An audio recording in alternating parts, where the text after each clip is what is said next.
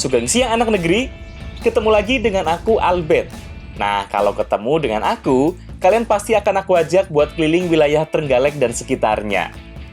Episode kali ini, kalian akan aku ajak buat mencari gateng atau sidat buat dimasak jadi sidat asap kuah santan.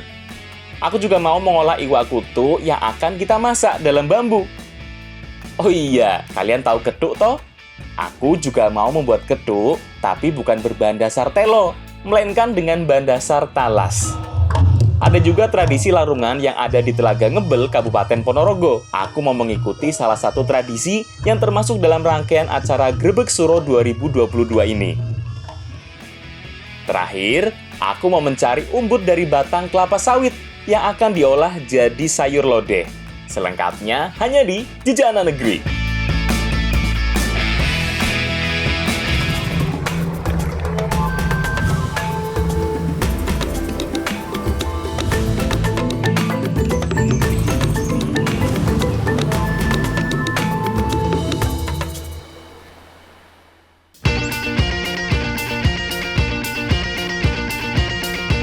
Anak negeri, sekarang aku lagi ada di Desa Terbis, Kecamatan Panggul, Kabupaten Trenggalek.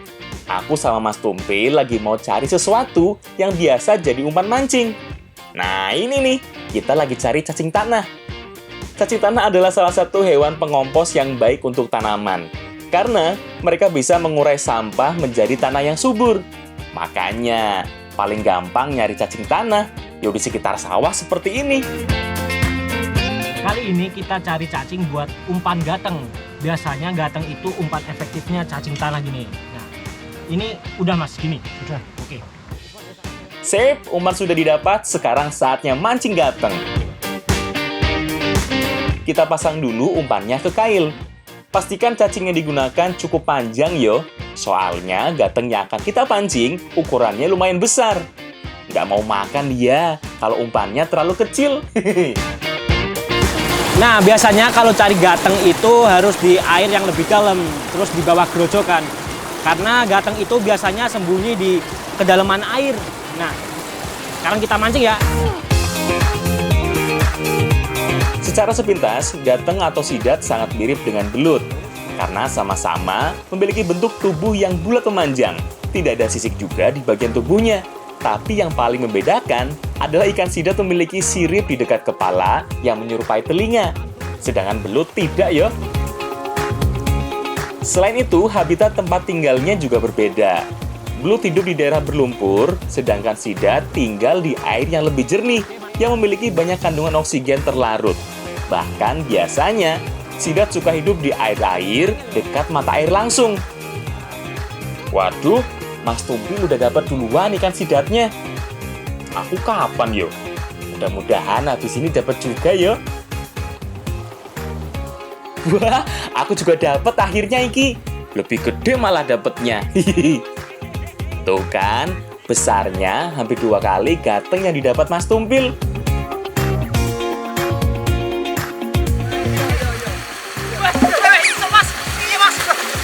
Aduh, soalnya serupa dengan belut dan lele, gateng juga memiliki permukaan kulit yang sangat licin yo. Soalnya tidak memiliki sisik. Jadi, lendir yang licin ini yo salah satu mekanisme pertahanan dirinya.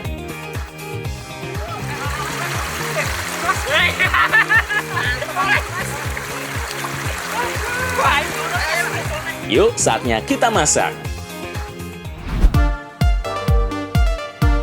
Ikan sidat memiliki kandungan gizi yang sangat tinggi. Makanya di negeri Sakura sana, ikan yang satu ini sangat diminati loh.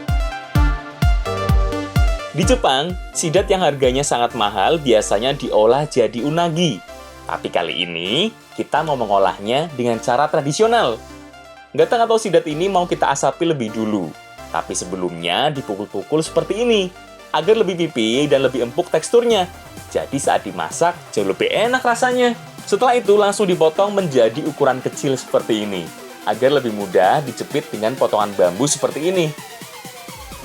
Nah, gateng ini kita mau masak menjadi ikan sapit. Kenapa disebut ikan sapit? Ini dijepit pakai bambu. Terus biar gak lepas, nih kita kunci pakai pelepah pisang kayak gini. Nah. bukan cuma sidat seperti ini yo. Ada banyak jenis ikan yang diolah dengan cara disapit seperti ini, terutama di sekitar Trenggalek. Tujuannya biar lebih memudahkan saat proses pengasapan. Jadi ada pegangannya yo. Asapi gateng yang sudah dijepit dengan bambu seperti ini sampai matang. Usahakan jangan kena apinya langsung yo, biar kena asapnya saja. Proses pengasapan sebenarnya sudah ada sejak zaman dulu. Tujuannya sebagai metode pengawetan makanan secara alami. Partikel-partikel dari hasil pengasapan akan mencegah timbulnya bakteri pengurai lebih cepat. Makanya bisa tahan lebih lama.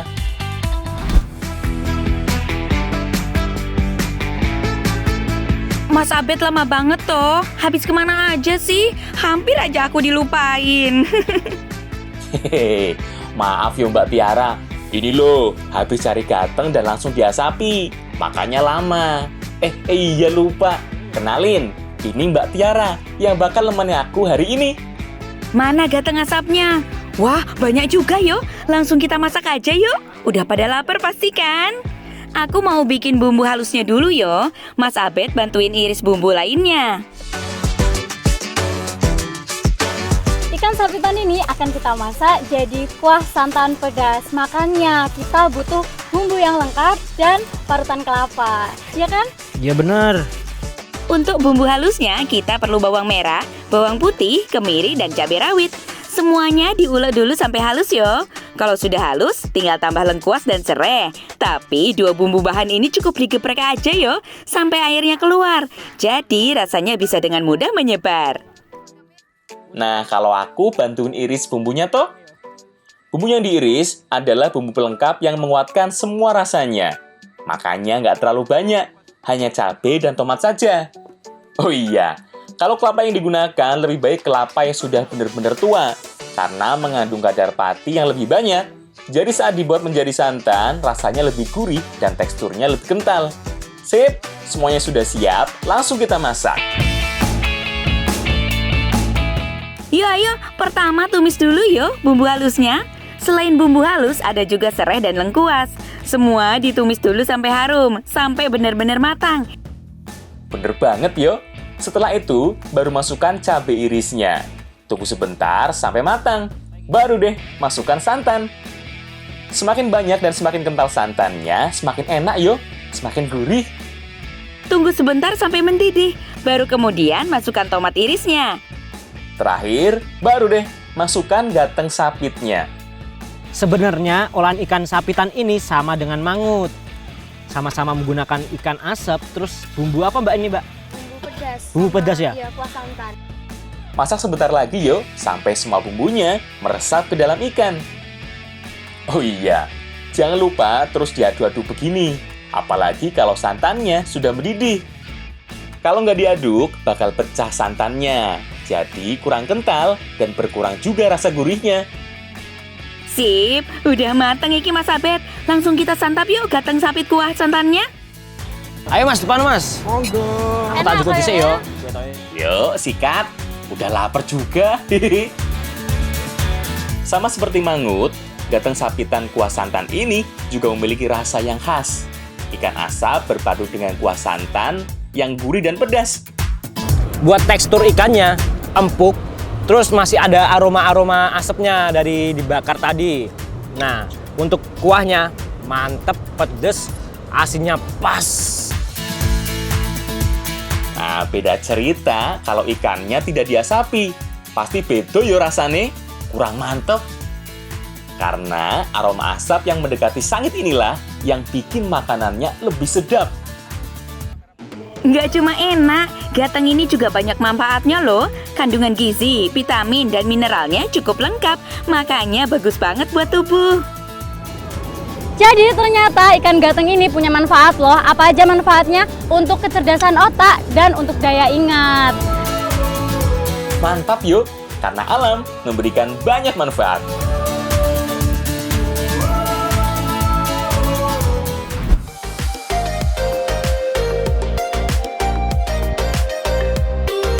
Nah, ngomongin ikan air tawar, ada salah satu jenis ikan air tawar yang diburu juga loh, karena banyaknya manfaat buat tubuh kita. Salah satunya adalah ikan kutu atau ikan gabus. Sebelum dimasak, kita harus potong-potong dulu ikan gabusnya, biar lebih mudah masaknya nanti. Nah, ini ikan kutuk mau kita masak lemeng atau bisa disebut pepes. Tapi yang bikin beda, kita mau bakar pakai bambu. Wes mbak bumbune? Wes, mbak bumbune wes ya? Untuk membuat olahan gabus ini, bumbunya cukup sederhana. Cara ngolahnya juga gampang. Kita cuma butuh iris bawang merah, bawang putih, dan cabai. Itu bumbu dasar yang harus ada di setiap masakan Indonesia, yo. Sebenarnya bumbu yang ada di sini itu adalah bumbu dasar, tapi ada tambahannya nih, ada tomat sama serai. Ya kan, Risma? Semua dipotong-potong saja, tidak perlu dihaluskan. Sip, kalau semua bumbunya sudah siap, sekarang kita aduk semua jadi satu. Campurkan semua bumbu mulai dari irisan bumbu dasarnya. Kemudian masukkan juga irisan bumbu tambahannya. Jangan lupa juga tambahkan dengan gula dan garam. Aduk semua sampai tercampur rata. Saat dicampur seperti ini, seluruh rasanya akan menyebar. Apalagi kalau gula dan garamnya udah mencair. Semuanya jadi lebih mudah meresap ke dalam bahan masakannya. Kalau semuanya sudah siap, sekarang masukkan ke dalam bambu. Kita gunakan bambu tali yang masih hijau. Bambu tali adalah salah satu jenis bambu yang meskipun berukuran cukup tipis, tapi dikenal cukup kuat karena ulet. Bambu yang masih hijau dipilih karena bisa lebih tahan panas saat dibakar nanti. Yuk, langsung kita bakar bambu isi ikan gabusnya. Hawa panas yang diantarkan dari bambu yang terbakar di bagian luarnya cukup membuat ikan gabus yang ada di bagian dalam matang sempurna. Apalagi karena bambunya masih hijau, masih mengandung kadar air, yang mana air ini bisa membantu suhu di dalam bambu lebih panas juga. Jadi matangnya bisa sempurna yo.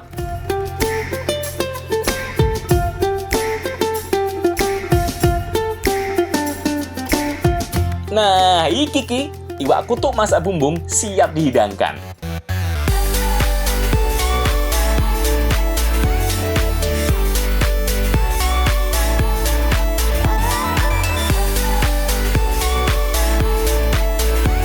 Ikan gabus adalah salah satu jenis ikan snakehead yang populer di Indonesia. Di habitat yang lebih luas, ikan ini menjadi predator. Makanya, seringkali dianggap sebagai hama di beberapa keramba. Sebagai ikan konsumsi yang populer, rasa ikan gabus ini enak banget loh. Nah, lihat, ikannya ini mantep. Dari teksturnya itu lembut tenan. Aromanya amis, nggak ada sama sekali. Bumbunya mantep. Bukan cuma itu, ikan gabus juga memiliki kandungan asam amino dan asam lemak yang baik untuk tubuh, yang dapat mengatasi berbagai macam penyakit. Ikan gabus juga memiliki sifat antiinflamasi, jadi bisa antibakteri yo.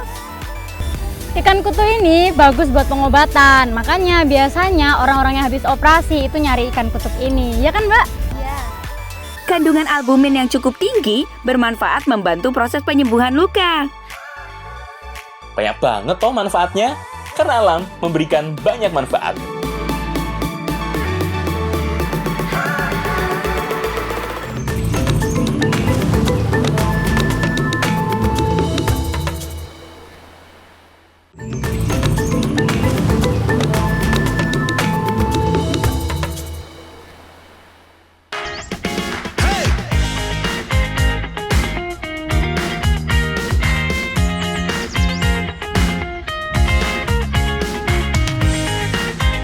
Masih di Desa Terbis, aku mau cari sesuatu buat dimasak sama Mbak Tiara nanti.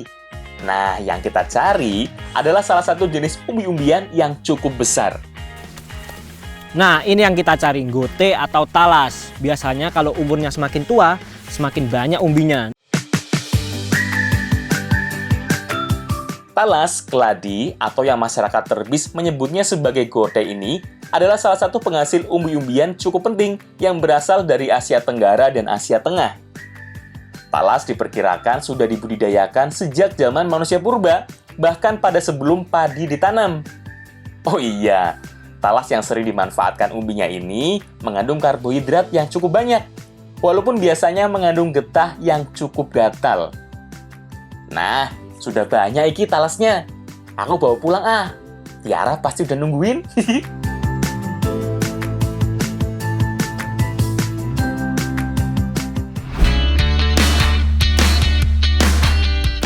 Ya jelas lah nungguin. Untung kamu bawa banyak talasnya. Aku kira bakal PHP kayak biasanya. Iyo, maaf. Kita kupas dulu yuk talasnya. Sebelum diolah, harus dikupas dulu talasnya. Selain biar lebih bersih, juga biar getahnya lebih mudah keluar. Jadi, lebih mudah dihilangkan penyebab gatalnya.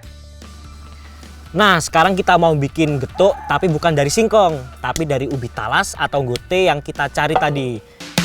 Ada banyak cara menghilangkan rasa gatal atau getir pada talas. Cara paling gampang adalah mengolah lebih dulu. Bisa dengan cara dibakar, direbus, atau dikukus. Dengan dipanaskan, getahnya akan hilang dan rasa getirnya jadi jauh lebih berkurang. Kalau sekarang, karena kita mau bikin getuk, talasnya kita kukus aja yuk.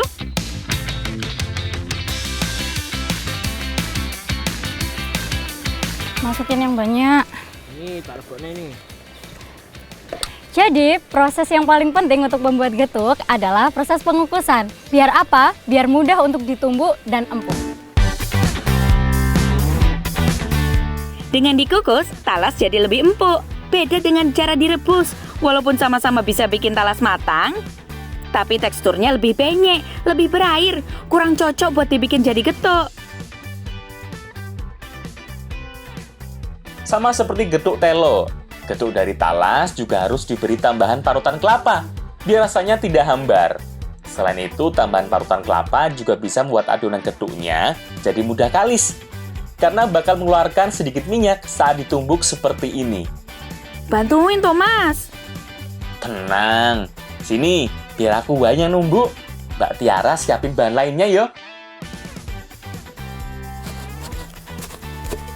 Jadi setelah mateng kita tumbuk sampai halus sambil dicampurin gula sama parutan kelapa biar rasanya lebih enak dan gurih.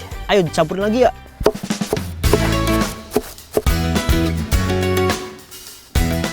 Oh iya, semakin tua talasnya, semakin banyak kandungan patinya. Makanya kalau buat getuk seperti ini, lebih bagus talas yang sudah tua. Lebih lihat nanti teksturnya. Sebenarnya getuk ini siap dicetak dan dihidangkan. Tapi kita bikin lebih menarik yuk tampilannya. Kita bagi menjadi beberapa jenis warna. Ada yang merah, kuning, dan warna hijau. Tinggal beri pewarna makanan pada adonannya. Setelah warnanya merata, kita buat bentuknya jadi kerucut yuk. Menyerupai tumpeng. Bedanya kalau tumpeng biasanya terbuat dari nasi dan lauk pauknya. Sekarang, tumpeng terbuat dari getuk yang warna-warni seperti ini. Keren kan? Lebih cantik bentuknya.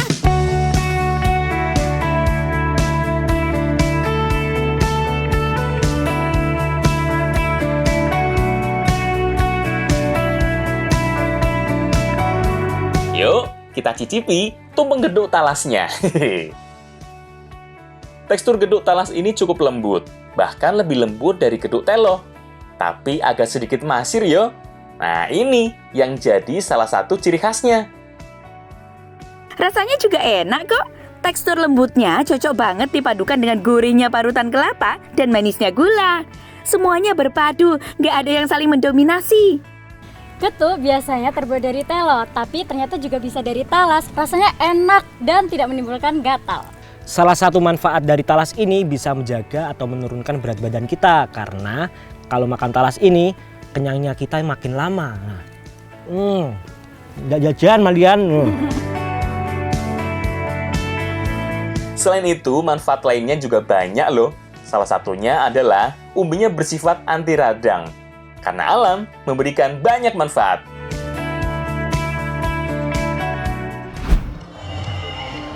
Ya getuk wayang kuno. Geser sedikit yuk ke tanah kelahiranku, Kabupaten Ponorogo. Sekarang kita mau main-main di sekitar Telaga Ngebel.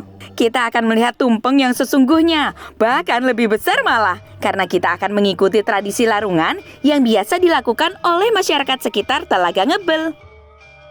Acara larungan dimulai dari penyambutan rombongan bupati, kemudian dilengkapi dengan adanya tari gambyong. Tari gambyong adalah salah satu tarian yang sering digunakan untuk menyambut tamu. Rombongan berikutnya yang datang adalah rombongan yang membawa tumpeng agung dan gunungan. Semuanya memasuki lokasi acara dan berbagai ritual pun dilakukan. Ing batah Ngebel Hadiyu. Sekarang kita lagi di acara Larungan Telaga Ngebel yang diadakan 1 tahun sekali, tepatnya di tanggal 1 Suro. Gil, apa yo? Nyamyar sih. Acara pembukaannya selesai. Berikutnya adalah arak-arakan. Nah, biasanya sebelum acara dimulai, gunungan ini akan dibawa mengelilingi Telaga Ngebel sebanyak 1 putaran sebelum dilanjutkan. Sebelum dilarung, semua gunungan akan dibawa mengelilingi Telaga Ngebel. Biasanya untuk mempersingkat waktu akan diarak menggunakan kendaraan khusus. Sementara itu, di arena utama masih akan dilakukan pertunjukan kesenian. Sambil menunggu rombongan gunungan sampai ke titik awal yo. Bukan Ponorogo namanya. Kalau di setiap acara adat tidak ada pementasan reog yo. Termasuk di Larungan Ngebel yang masih dalam rangkaian acara Grebek Suro 22 ini. Tunjukan reog juga dilakukan di sini loh. Oh iya, ada 2 lokasi puncak. Karena ada beberapa tumpeng agung yang akan dilarung di telaga, dan ada juga gunungan yang akan dipurak atau diperebutkan warga di pinggir jalan. Kita misah aja yuk, biar bisa menyaksikan dua-duanya. Aku mau ikut larungan yo. Siap, kalau gitu aku ikut berburu gunungannya aja yo. Hati-hati. Oke, aku ngikutin rombongan yang bawa tumpeng pokoknya. Disebut tumpeng agung karena tumpeng ini memiliki ukuran yang sangat besar. Bahkan tingginya bisa lebih dari 2 meter. Tapi tumpeng agung ini hanya simbolis. Tidak semua bagian merupakan nasi merah yang dibentuk jadi gunungan. Bagian dalamnya agak kosong yo, karena menggunakan rangka khusus dari bambu. Jadi nasinya hanya di bagian luarnya saja. Tumpeng agung yang akan dilarung dinaikkan pada sebuah rakit. Tujuan dari larungan ini sebenarnya untuk memanjatkan puji syukur kepada Tuhan karena udah diberi nikmat-nikmatnya. Setelah itu, tumpeng agung langsung dihanyutkan ke dalam Telaga Ngebel.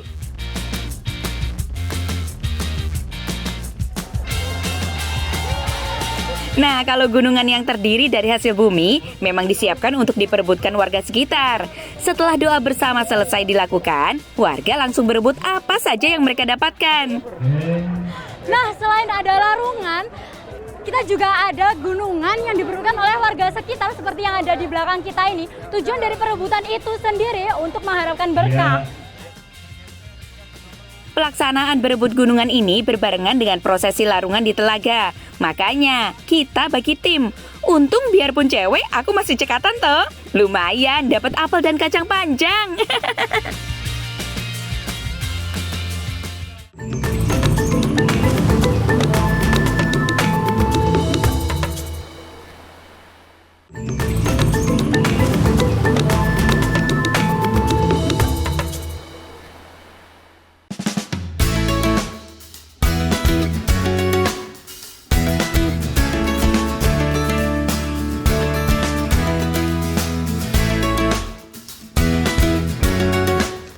Balik lagi yuk ke Kecamatan Panggul, Kabupaten Trenggalek. Aku masih mau cari bahan yang nggak biasa. Aku mau tantang Mbak Tiara. Kira-kira bisa nggak yuk dia masaknya? Iki yang kita cari, batang kelapa sawit. Ntar wes, aku kasih tahu apa yang kita cari. Yang penting harus kita tebang dulu yuk batang kelapa sawitnya. Jangan heran yuk, kalau di sekitar Desa Terbis atau Desa Besuki ini ada banyak lahan kebun kelapa sawit. Karena beberapa tahun lalu banyak petani yang ingin mencoba mengembangkan kelapa sawit di sini. Tapi ternyata tidak berjalan maksimal yo. Di luar karakteristik sawit yang menyerap banyak banget air tanah, persoalan pemasaran juga menjadi momok tersendiri. Makanya, nggak sedikit kebun sawit yang gagal. Banyak yang kembali ditebang dan kembali ditanami dengan tanaman lain. Jadi, daripada batang sawitnya dibuang begitu saja, mending kita masak yuk. Nah, ini yang kita cari, umbut atau pondoh yang kita tebang tadi. Nah, ini tuh bagian terlunak dari kelapa sawit. Jadi kita bisa masak ini umbutnya. Ayo mas, gue mas yo. Nih, oleh-oleh buat Mbak Tiara. Ayo, bisa masak nggak tuh batang kelapa sawit ini?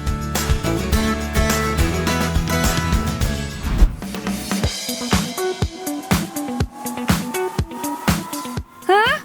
Aku disuruh masak batang kelapa sawit? Emang bisa dimasak ya? Tenang dulu toh. Bukan seluruh batangnya kok yang akan dimasak, tapi bagian pondok atau umbutnya.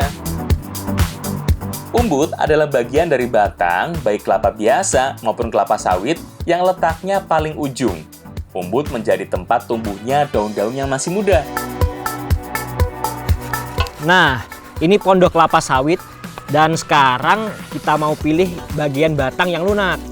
Dan mau kita masak jadi sayur lodeh ya, Mbak ya? Iya. Ini bisa dimakan, Mbak? Langsung? Bisa dong. Bisa? Oh, jajal lagi ya? Ah, ini hambar, Mbak ya, tapi enak lagi nih. Kayak rasanya apa ini? Brokoli. Iya toh? Iya, jajal ya? Jajal ya, Di? Coba. Nah, jajal.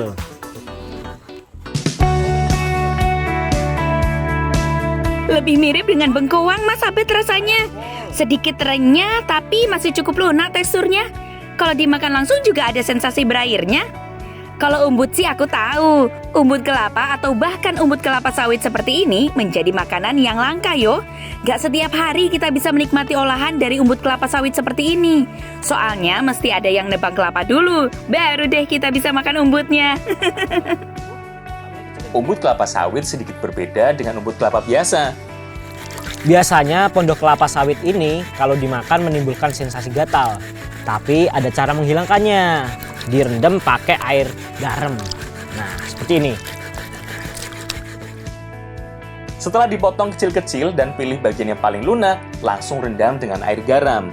Larutan air garam inilah yang bisa menetralisir rasa getir yang mungkin ditimbulkan oleh getah batang kelapa sawitnya. Nah, kalau pondok atau umbutnya sih aku tahu mau dimasak seperti apa.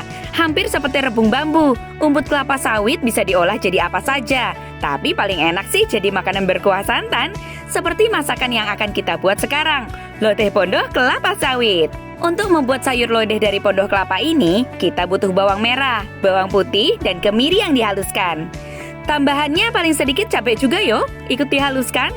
Ada juga serai dan lengkuas yang digeprek. Oh iya, salah satu unsur yang gak boleh ketinggalan adalah santan. Bukan sayur lodeh namanya kalau tidak menggunakan kuah santan. Setelah parutan kelapa cukup, langsung peras santannya ya Mbak Cynthia. Satu lagi nih, selain umbut kelapa sawit, kita juga menggunakan beberapa jenis sayuran yang biasa digunakan dalam membuat sayur lodeh. Seperti kacang panjang dan terong ini. Nah, semua bahan sudah siap, saatnya kita masak.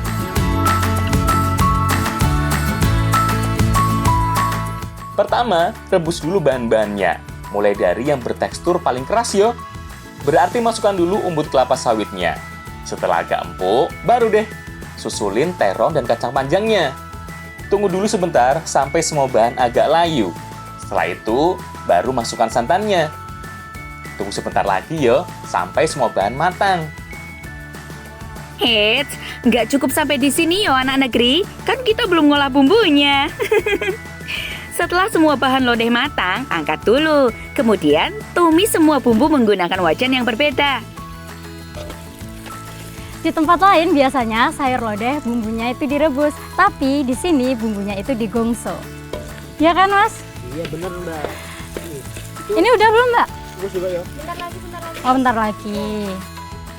Dengan ditumis terlebih dahulu bumbunya, rasanya nanti lebih gurih yo. Kalau sudah matang bumbunya, baru deh campurin ke dalam sayur lodehnya.